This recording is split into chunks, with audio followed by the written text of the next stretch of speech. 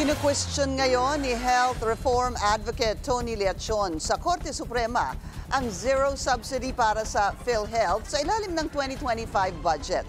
Kasabay ng kanyang petisyon ang pagpapatuloy ng oral argument sa SC sa paglipat ng excess funds ng ahensya sa National Treasury.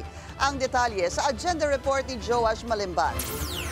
Ang talagang demand namin dito, dahil illegal yung pagkuha, pagbabalik sa kaban ng bayan sa National Treasury, ang demand talaga natin, ibalik yung 60 billion na kinuha na. Dahil wala kayong karapatan na gamitin at galawin yung perang kontribusyon ng mga manggagawa. Sinalubong ng protesta ang ikalawang oral argument session ng paglipat ng pondo ng PhilHealth sa National Treasury ngayong araw. Sigaw ng health advocacy groups, dapat daw ay inilaan ang pera sa libreng healthcare. Ayon sa isa sa mga petitioner na si Professor Shelo Magno, nilabag mismo ng pamahalaan ang saligang batas. Ang question po ng pagpatupad ng batas ay hindi lamang sa good intentions or bad intentions ng government. Napakalinaw po ng batas natin na kailangan pinopondohan ng gobyerno yung premium na counterpart niya sa PhilHealth. So whether bad or good ang intentions ng gobyerno, ang malinaw po nag-violate sila ng batas.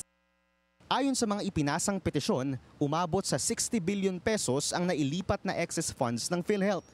Mayroon pa dapat 29.9 billion pesos, pero hindi ito natuloy dahil sa inilabas na TRO ng Korte Suprema. Dumating din kaninang umaga si former PhilHealth Director Tony Leachon para magsumite ng isa pang petisyon. Aniya, labag din sa saligang batas ang ginawang zero subsidy para sa PhilHealth sa 2025 budget. Ayon kasi sa Syntax Reform Act, 80% na kinikita sa excise tax sa alak at sigarilyo ay inilalagay sa PhilHealth subsidy.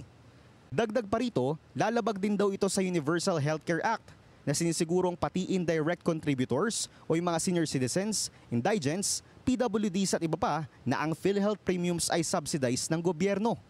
First time yan in Philippine history na hindi binigyan importansya ng Pangulo ng Pilipinas at ng Senate President at ng lower house ang kalusugan ng bawat Pilipino.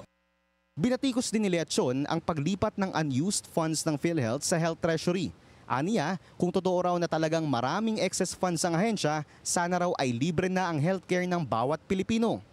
Patuloy na dinidinig ng Korte Suprema ang legalidad ng paglilipat ng pondo ng PhilHealth patungo sa National Treasury. Sa gitna ng oral arguments, nananatiling malaking tanong kung maibabalik pa ba ang 60 billion pesos sa PhilHealth o di kaya tuluyan na itong mananatili sa gobyerno.